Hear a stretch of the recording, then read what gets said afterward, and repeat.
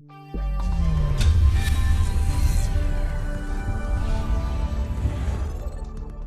let's take it about one by one. So stateless packet filters, because those are going to be implemented by ACLs, it means that traffic control is going to be achieved on a packet by packet basis, because an access list is not aware of sessions or flows. From the access list point of view, each packet is going to match the ACL, and the router or the device performing the filtering has to take an action, drop the packet or allow the packet. So, but the router doesn't keep track of the same packets of all packets within a session to see, oh, this is the second packet of a session, the third one, the fourth one, or so on. It's going to treat each packet individually and allow it or drop it based on the ACL rules. And in general, this is going to be a feature of a network device, a router, or a switch, or a firewall. We're going to see exactly why is it going to be also be used in a firewall, but not only on a device or on a switch. So the stateless packet filter is not a device dedicated platform.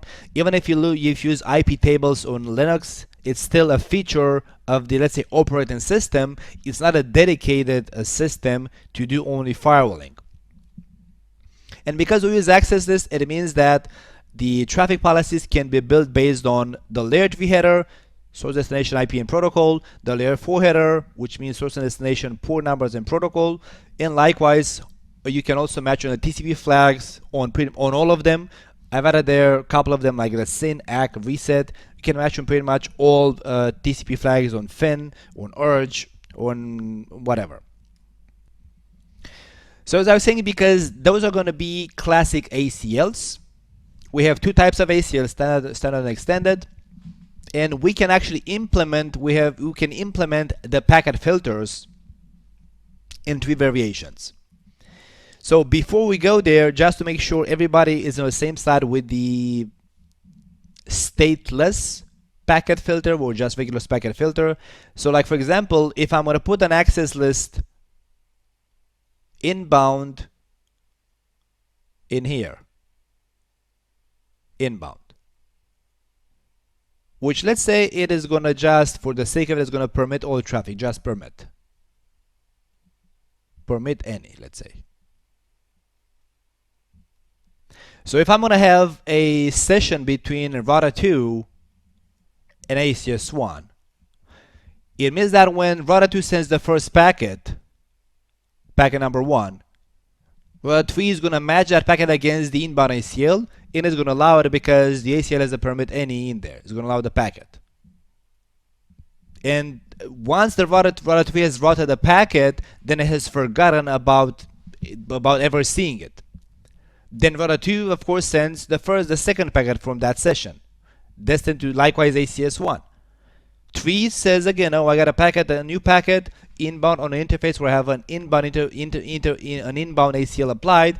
Let me inspect the ACL and take action. Likewise, it's going to be sent allowed because the ACL says permit IP any, and so on. So basically, that's what is stateless. It means that the router or the device performing the filtering, it receives a packet, it matches the packet against the ACL, it's going to take an action, drop or permit. If drop, then drop the packet. If permit, then route a packet and forget about it.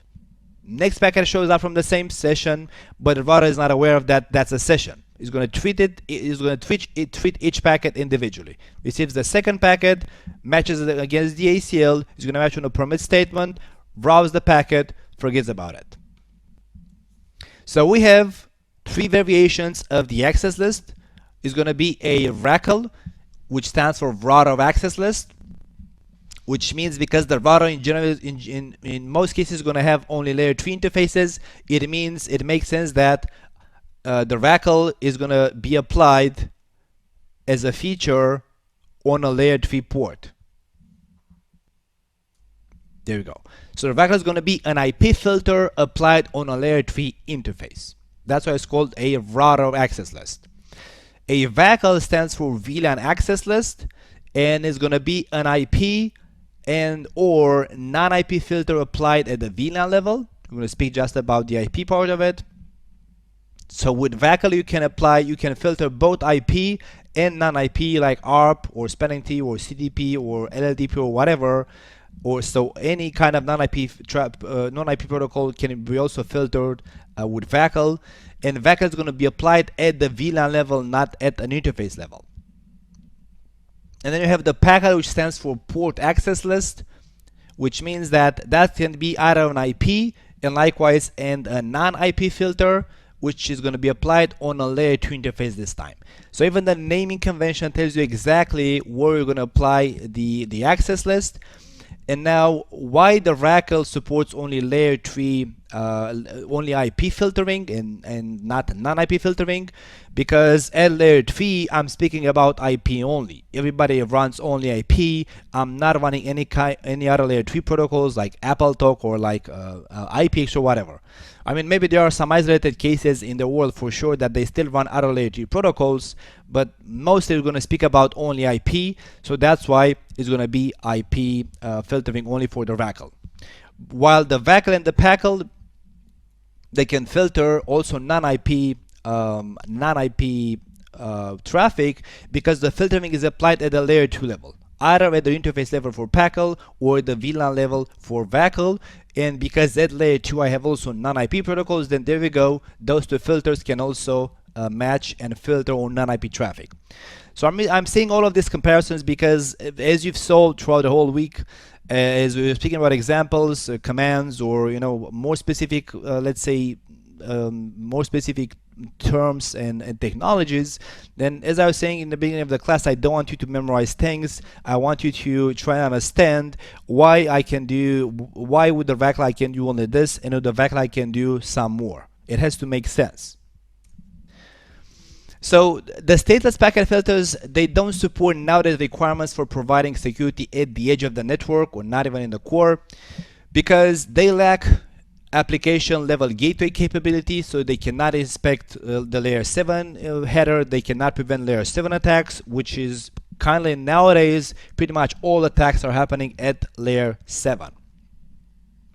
And is also not aware of the session concept, thus it cannot prevent layer 4 attacks either, because it cannot keep track of the session states, which is very important in a TCP session, because a stateful firewall, as you're going to see, is going to keep track of the session state of the TCP, especially, of course, is more useful in TCP traffic, because TCP has the sequence numbering of the packets while UDP does not.